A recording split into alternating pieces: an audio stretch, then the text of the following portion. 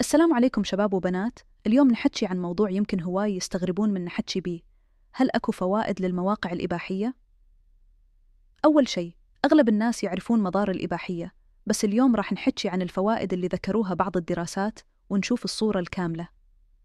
أولاً، تخفف التوتر. هواي ناس يستخدموها كطريقة للراحة، خاصة من يمرون بحالة نفسية أو ضغط، فتكون وسيلة مؤقتة للتفريغ.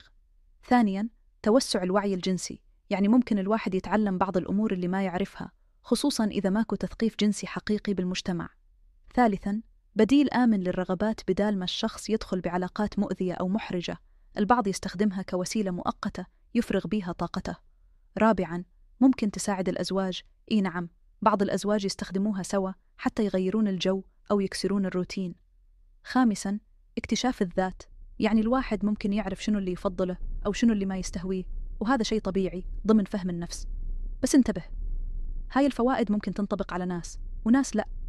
إذا صار إدمان أو صارت تأثر على علاقاتك أو دراستك أو شغلك، فهنا تتحول لمشكلة حقيقية. فالاعتدال بكل شيء هو الصح.